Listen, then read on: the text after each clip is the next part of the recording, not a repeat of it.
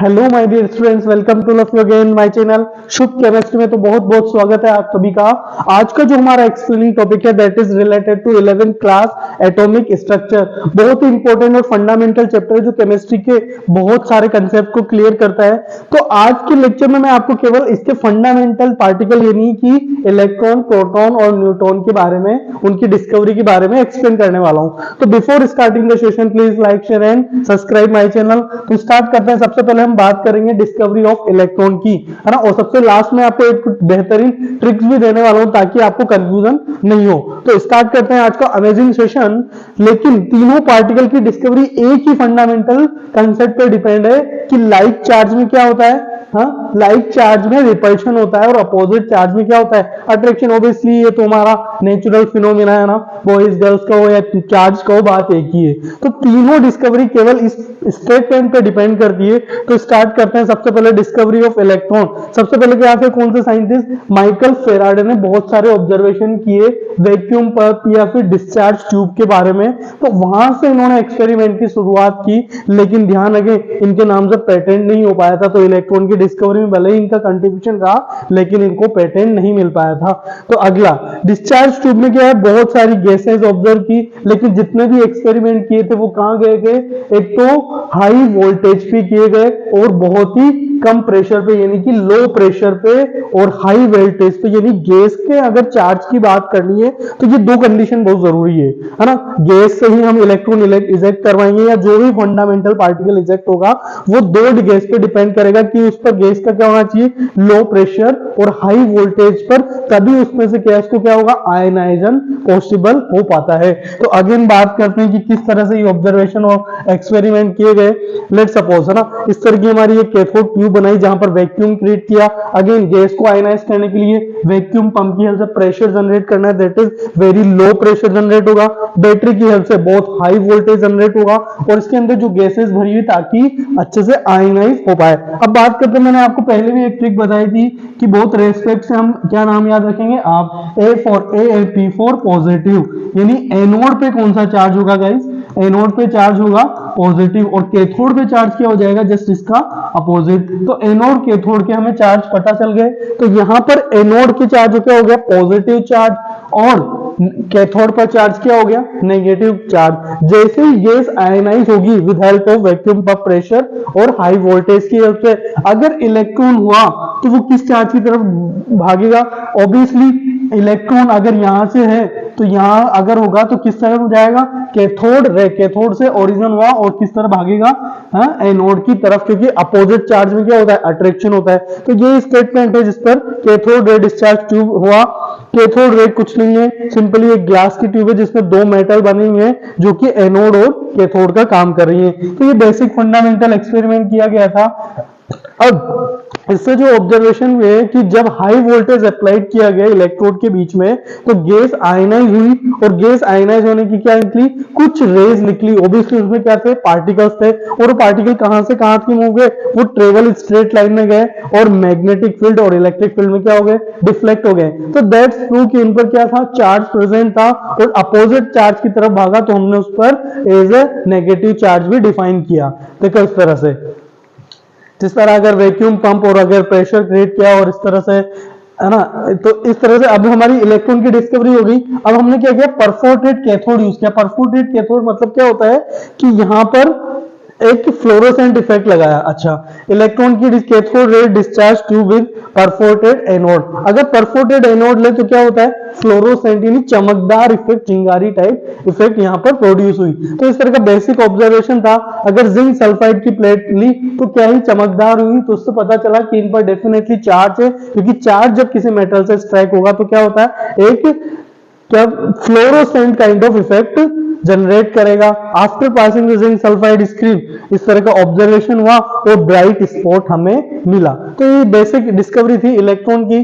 Finally इसमें जो observation और प्रेजेंट आया वो हमने इस तरह लिख दिया कि ट्रेवल इन स्ट्रेट लाइन चलता है और इस पर चाहे नेगेटिव चार्ज पार्टिकल होगा और फाइनली हमने इसको क्या नाम दिया, कैथोड रेज ट्यूब। तो कैथोड रे ट्यूब में इस तरह के पेड व्हील लगने पर क्या बना, एक परछाई बनी, जिससे हमने क्या ऑब्जर्वेशन लिखा है कि इनका डेफिनेटली क्या है, पार्टिकल नेचर है। तो बेसिक फंडामेंटल ऑब्जर्वेशन थे ताकि हमने कंक्लूजन जनरेट किए।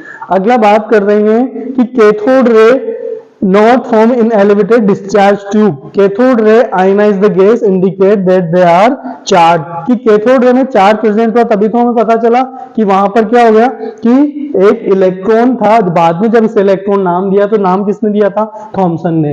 बात करते हैं चार्ज टू मास रेशियो, बहुत ही इंपॉर्टेंट है ना। इलेक्ट्रॉन हमें पता तो चल गया कि एक पार्टिकल है, अब उस पर चार्ज है ये भी हमें पता चल गया, नेगेटिव चार्ज है, लेकिन वो चार्ज कितना है और उसका मास क्या रहा होगा। तो इसके लिए फर्दर हमने क्या ऑब्जर्वेशन की, E/m रेशियो। जे थॉमसन ने, एक फिजिक्स से ब्रिटिश साइंटिस्ट थे, जिन्होंने क्या किया, इलेक्ट्रॉन के बारे में उसका चार्ज और मास पता करने के लिए बहुत सारे ऑब्जर्वेशन किए। फाइनली ऑब्जर्वेशन जो था कि लेट सपोज ये ना, ये यहां से हमने हाई वोल्टेज से एनोड कैथोड, अगर इलेक्ट्रॉन इधर जनरेट हुआ है तो इसमें ये मैग्नेटिक फील्ड यानी पॉजिटिव और नेगेटिव जनरेट किया, और पीछे फ्लोरोसेंट इफेक्ट यानी कि कितने डिस्टेंस ट्रेवल कर रहा है और कितने वोल्टेज पे डिफ्लेक्ट हो रहा है, इस तरह के बेसिक ऑब्जर्वेशन किए, है ना। तो इस तरह से बेसिक सेटअप बनाया। जैसे हम वोल्टेज बढ़ा रहे हैं तो इलेक्ट्रॉन का है ना डिस्ट्रैक्शन होगा, यहां पर कितने डिस्टेंस और कितना ट्रेवल किया। तो इस तरह के बेसिक फंडामेंटल लेकर बहुत सारे क्या किए, एक्सपेरिमेंट किए, और फाइनली कंक्लूजन क्या निकाला कि जैसे हम क्या कर रहे हैं, चार्ज बढ़ा रहे हैं तो उसका क्या हो रहा है, डिफ्लेक्शन बढ़ रहा है, किसका, इलेक्ट्रॉन का। अच्छा, जैसे मास बढ़ा रहे हैं तो उसका डिफ्लेक्शन क्या हो रहा है, कम हो रहा है ना। और तीसरा जो ऑब्जर्वेशन था वो हमारे पास था कि वोल्टेज, अगर वोल्टेज बढ़ा रहे हैं तब भी क्या होगा, डिफ्लेक्शन। तो आप ध्यान से इस तरह से याद रखेंगे कि डिफ्लेक्शन जो है, deflection is directly proportional to किसके हो गया, एक तो वोल्टेज के, दूसरा चार्ज के, और मास के क्या हो गया, इनवर्सली रिलेटेड यानी Vc/m। वोल्टेज बढ़ाएंगे तो डिफ्लेक्शन, चार्ज बढ़ाएंगे तो डिफ्लेक्शन, लेकिन मास बढ़ेगा तो डिफ्लेक्शन कम हो जाएगा। तो इस तरह के बेसिक फंडामेंटल ऑब्जर्वेशन किए, बहुत सारे एक्सपेरिमेंट, बार बार वैल्यू बदली गई, बार बार वैल्यू चेंज की गई, तो उससे डिफ्लेक्शन और डिस्टेंस की वैल्यू निकल के आई। तो इस तरह से फाइनल हमें क्या मिला, इलेक्ट्रॉन पर कितना चार्ज और कितना पॉइंट ट्यूब है। फाइनली जब इस पर specific charge that is called charge by mass ratio, again voltage, charge और मास की हेल्प से हमें ये निकाला, तो इसकी फाइनल वैल्यू क्या है, E/m रेशियो 1.7 × 10 की पावर कूलम पर किलोग्राम। और जब इसको वेरियस यूनिट में कन्वर्ट किया तो आप फाइनल चार्ज याद रखेंगे 1.6 × 10⁻⁹ coulomb, that is charge on electron. और मास कितना आया, कहां से आया गाइस, अगेन वोल्टेज, चार्ज और मास में जब डिफरेंट वैल्यू रखी तो हमें फाइनल अप्रोक्सीमेट डाटा जो मिला वो ये निकल कर आया। आई होप आपको समझ में आ रहा होगा। कोई भी डाउट्स आता है तो प्लीज आप मुझे कमेंट्स में लिख के बताएं। I will explain all the charge on the electron. Further इसकी डिस्कवरी के बारे में जब इसको अप्रोक्सीमेट माना गया तो और सारे बहुत से साइंटिस्ट ने और भी एक्सपेरिमेंट किए, that is known as charge of the electron. और पहला जो एक्सपेरिमेंट किया था वो मिल्किन साइंटिस्ट द्वारा किया गया था। मिल्किन साइंटिस्ट ने सेम ऑब्जर्वेशन किया बट थोड़ा डिफरेंट तरीके से किया। वो क्या किया था, चलो एक्सप्लेन करते हैं। तो ये मिल्किन का ऑयल ड्रॉप एक्सपेरिमेंट है। अगेन इसने चार्ज पार्टिकल की दो प्लेट बनाई, एक पर पॉजिटिव और एक पर नेगेटिव पे। अब इसमें क्या हुआ, एक स्मॉल होल कर दिया और ऊपर से क्या किया, है ना, यहाँ पर एक्सरे सोर्स लगा दिया ताकि, अभी देखो इस तरह का कुछ सेटअप इसने बनाया। अभी ये देखो यहाँ पर एक इस सबका पर्पस था। देखो सबसे पहले एक ये स्प्रे है जहां से ऑयल ड्रॉप्स निकलेंगी, यहाँ पे होल है जहां से नीचे आएंगी। अब नीचे आने के दौरान एक्स रे इस पर रिफ्लेक्टेड होंगी, प्रोड्यूस होंगी। अब एक्सरे क्यों होगी, एक्सरे पर एक डेफिनेटली चार्ज होता है, वो चार्ज किसको मिलेगा, इसको। अब ये ग्रेविटी के अंडर फॉल में गिर रही होगी क्या, तो यहाँ पर एक्सीलरेशन की वैल्यू क्या रही होगी, जी। अच्छा, पॉजिटिव और नेगेटिव यानी कि मैग्नेटिक और इलेक्ट्रिक फील्ड अप्लाई कर सकते हैं। तो जब इसका डाइवर्शन होगा तो ये हम स्टडी कर पाएंगे। तो यहाँ पर दो काइंड ऑफ फोर्स लग रहे हैं, यहां से नेगेटिव चार्ज और इलेक्ट्रॉन पे भी चार्ज। तो electrostatic force that is called FeQ, और यहां पर F क्या हो गया, ग्रेविटेशन फोर्स। तो इन ग्रेविटेशन फोर्स, इलेक्ट्रोस्टैटिक फोर्स दोनों का कंबाइन स्टडी किया, दोनों में बार बार डाटा पुटअप किया, यानी कि मास, वेलोसिटी, एनर्जी, वोल्टेज, इन सबको क्या किया, इस सेटअप से एक्सप्लेनिंग किया। तो हमारे पास जो फाइनल चार्ज निकल के आया वो इस तरह से था। देखो ऑयल ड्रॉप मिस्ट ने क्या किया, अपर प्लेट पर इलेक्ट्रिक कंडेंसर ड्रॉपलेट किया, माइक्रोस्कोप से ऑब्जर्व किया, और जब ग्रेविटी के अंडर में इसको ऑब्जर्व किया कि कितने डिस्टेंस पे कितने फोर्स बढ़ाने पर कितना डायफ्रेक्शन हो रहा है, तो फाइनली उससे क्या मिला, चार्ज की वैल्यू मिली। दैट इज नॉन कि जितना चार्ज बढ़ाएंगे उतने ही इलेक्ट्रॉन या ऑयल ड्रॉप पर ग्रेविटेशन और इलेक्ट्रोस्टैटिक फोर्स के अंडर में ऑब्जर्वेशन होगा।